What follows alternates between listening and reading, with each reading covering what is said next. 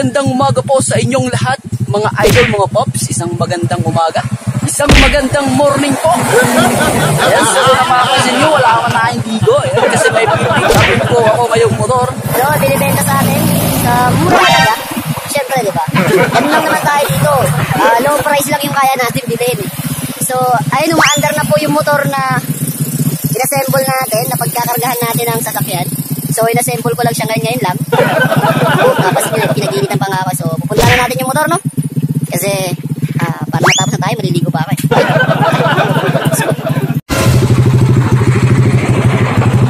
Ito yung motor natin, pinalitan lang natin ng shock. Pinataas ko sa front. Kasi kinabitan ko muna ng reggae na sidecar. Ayan.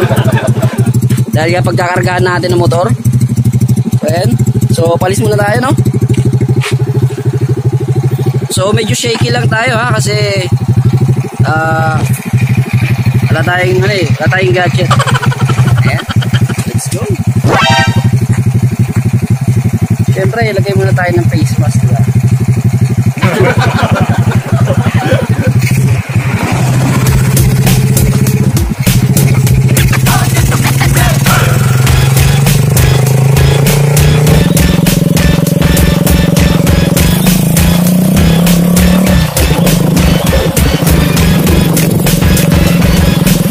So, dito mo sa loob. Ano tayo?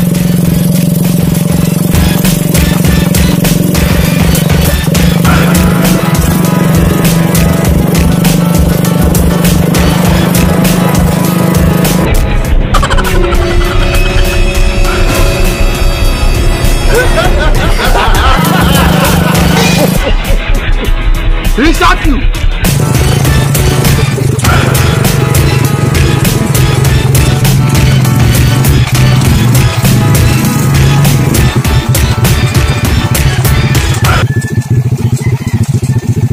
So, ayan po yung bahay. Diyan natin pipikapin yung motor. Tabi lang muna tayo. Ulit.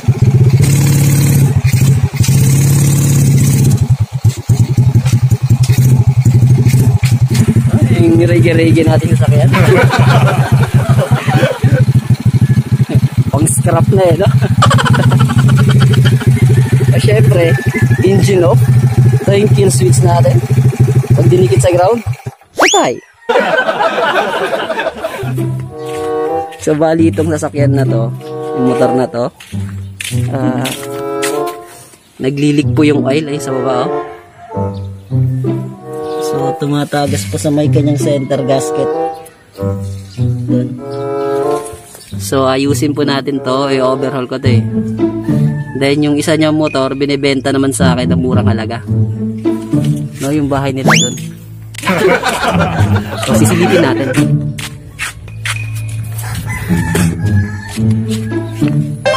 So, ito yung motor na yun, Ruzi. Nandiyan na yung may tao na. So, kakatokin natin.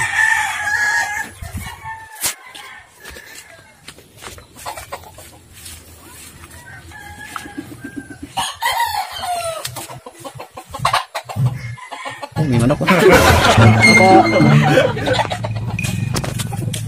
Bye-bye. Okay, motor. Yeah! Bye-bye. Ay, kuya. Tatanggalong ko lang din, Kwan. Sidecar.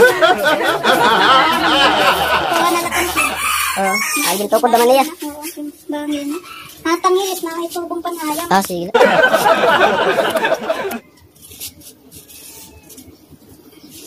Kasi itong tibabay. Tapos may pa man niya papayalit yung motor, labot lahat itong pagbuka. Mga kay paudog yun eh. Kuhan siya. Wala naman sa kaya pinatandar. Ayan mga paps, yung sinasabi natin sasakyan. Okay. Ayan, natanggal na natin po yung SYM sa motor, sa sidecar. Ayan. So, dito lang naman yung tinanggal eh. Ayan, tsaka dito. Swing arm at tsaka doon. So, dadali na po natin siya sa shop para matrabaho. Pogi, no? Ang reggae kong motor. Pinargahan ng yung sinasabi nating motor na kukunin natin. Yan, shoutout muna tayo sa tropa natin dyan. Yun po yung tumulong sa amin na may karga po yung motor dito dahil sobrang bigat. Yeah! Bigat pala to, 150. Yan, no? So, yung motor natin pag-scrap talaga. So, tampered muna tayo sa ano, sa plate number. Baka maban. Yun, nakita tayo.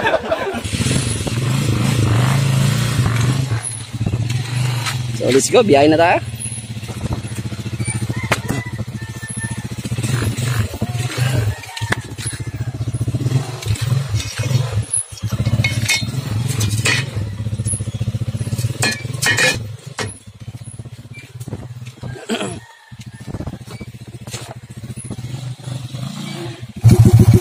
So, mag-U-turn muna tayo dito.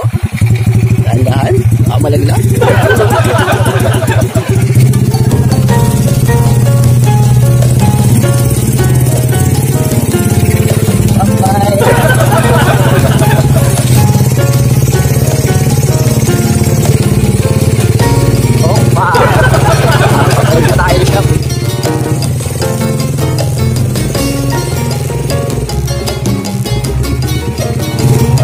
Dahan-dahan lang po tayo.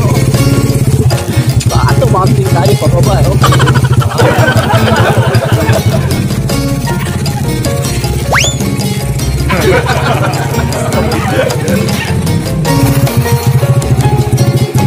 Ano, baka sabihin lang.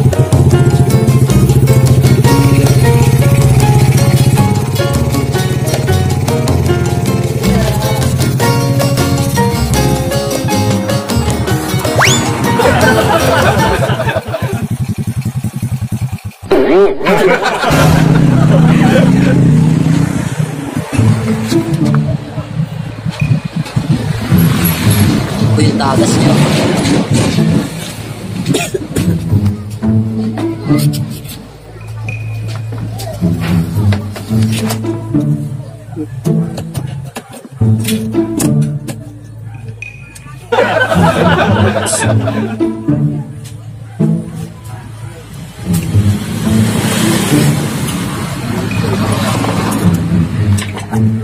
Yeah! Ano yung tira mo yung chassis na yan eh. Normal na lang ito. Naging bugat yung sidecar.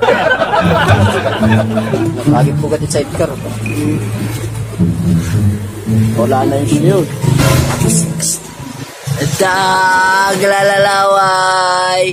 Appear, peace you. You know what to do with that big fat butt. Wiggle, wiggle, wiggle.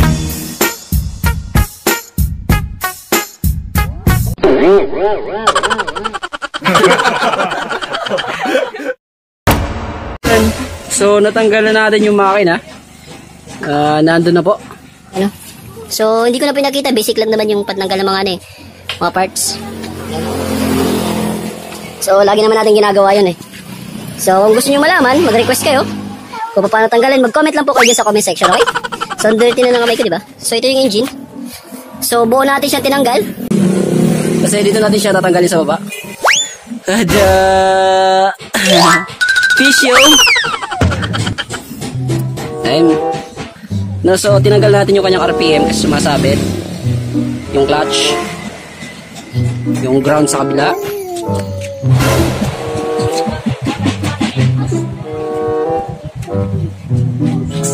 Ayan, yung kanyang cover, seat cover, tambucho, side cover, mga underneath, mga engine support.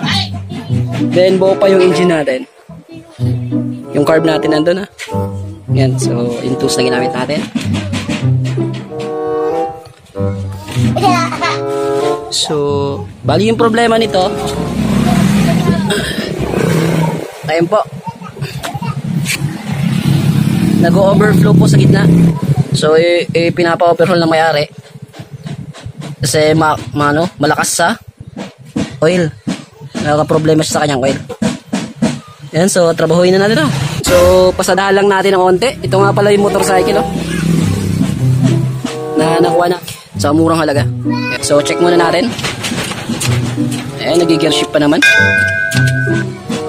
Then, Wala nga lang siya mga gulong. Yung gulong na available sa kanya, yung pang binabae. Yung gulong na pang 100. Yun ang i-convert natin dito. Yan, madali lang yan ma-repair. So, gumagalaw pa naman yung kanyang piston. Kaya so sana may kuryente pa siya at hindi siya maging mausok. Kasi after kumabit doon, so ito naman po yung pabanda rin natin, no? Ayusin natin para may benta natin. Maganda pa naman yung tangke niya eh. So parang makintab pa naman yung tangke. Yan, so abangan nyo po yan. Papatakboy natin yan. So sa ngayon, ito lang muna. Mga paps, mga idol, no? Ito pala yung problema ng ano niya. Butas na rito kaya malakas yung tagas. Nabutas to dahil yung engine support niya dito maluwag. Pumalog na yung engine niya dahil niya may sidecar. So napepera sa yung makina. Nakikiskis dun sa may sa kanyang engine support. Sa chassis, no? Kaya ayan, nabutas. So papakita ko sa inyo yung chassis. May tama rin yun.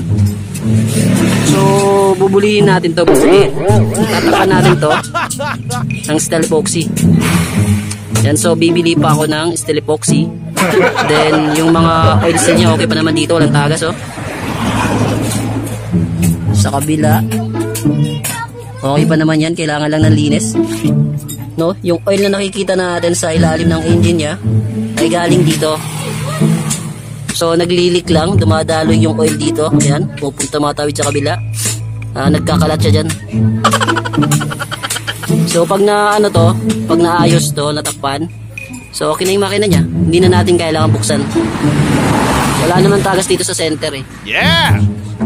Sabi niya sa akin, may tagas daw yung center gasket. Kaya niya pinapa-overhaul. So hindi natin kailangan itong overhaul. Kasi wala naman tagas yung center gasket.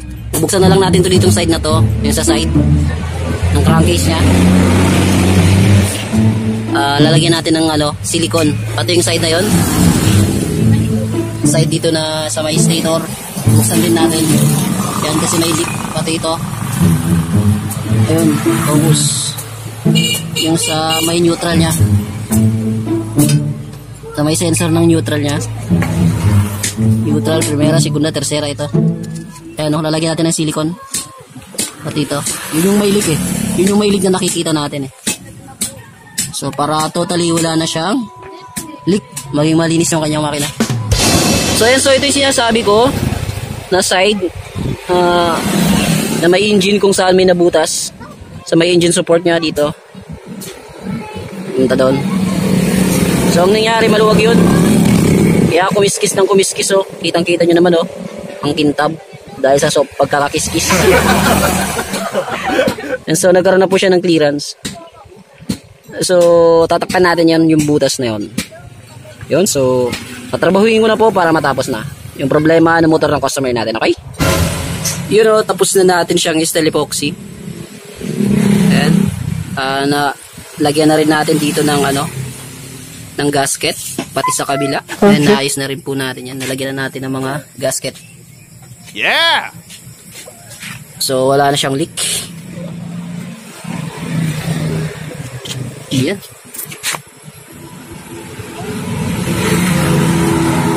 Yan, so anong uri nga ba ng steel epoxy yung ginamit natin dito? No, so ang tigas niya, no. Ang dumi ng kamay natin kasi katatapos ko lang siya gawin. Tsaka may mga customer rin kanina.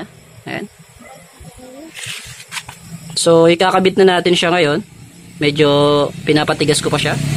Ang sabi doon sa sachet, 3 to 5 minutes titigas na. So matigas na siya, gusto ko lang siya patigasin pa bago ko salpak nasa labas. Ayun, ang dilim na eh, no. Si gabi na po. Ayun, yun. Ito.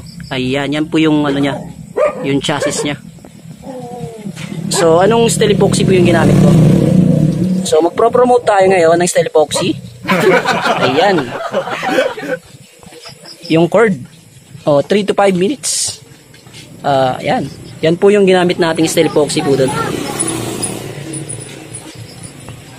So matibay po siya, lagi ko siyang ginagamit. No, sabi dito, ayan. So marami siyang pwedeng paggamitan. So ayan, ikabit na natin yan. Kasi kukunin na ito na may-ari bukas. So, okay na naman yun eh. Ayan, nakabit na natin. Ang bilis, no? Hinagis ko lang, nandyan agad. So, okay na siya. Na-assemble ko na. Lahat. Ayan. Kasi nga, gagamitin na to ng, na may-ari bukas. Kaya, inapuran na natin. Nag-overtime na tayo. May mapansin yung leak dyan. Naglagay kasi ako ng oil sa taas. Sumobra yung lagay ko. Tumulo. Punasan na lang natin yung mamaya. So, silipin natin yung ginamot natin sa ilalim, no? Yung leak sa ilalim. Part. Dito po yun eh. Ito po. So, ayaw mag-focus. Focus. Yun. So, kung nakikita nyo, mayroon siyang parang goma. Nilagyan ko siya ng goma para iwas kiskis na rin. So, punta tayo sa kabila. Itingnan natin dun sa kabila if may leak, diba? No? So, dito okay na rin. Ayan, wala na siyang nagli-leak dyan. Ito yung oil na nakikita nyo, mga tira-tira na lang yan yung dati niya. So, ito po yung part, may axle na to. Dito natin yan, sinil. No? Hindi umaabot yung camera natin, so bumabangga sa potres. Ito po yung goma. Nilagay ko sa kabila. And then po, wala na pong oil na tumatagas dyan. Dito po yung may oil na tumagas na butas. Dahil sa kiskisan. Okay. Ang kanilang metal to metal, bakal to bakal, yan. Ang nangyari. So, silipin din natin if may tumutulo. Yan, so silipin din natin dyan sa ilalim. Ayun siya. Yung engine support na yan. Ayan, wala nang tumutulo. So, ibig sabihin, success po yung ginamit nating steel epoxy. So, pinandar ko lang po yan na pinandar kanina. Tinest ko po if may tatagas. So, wala naman.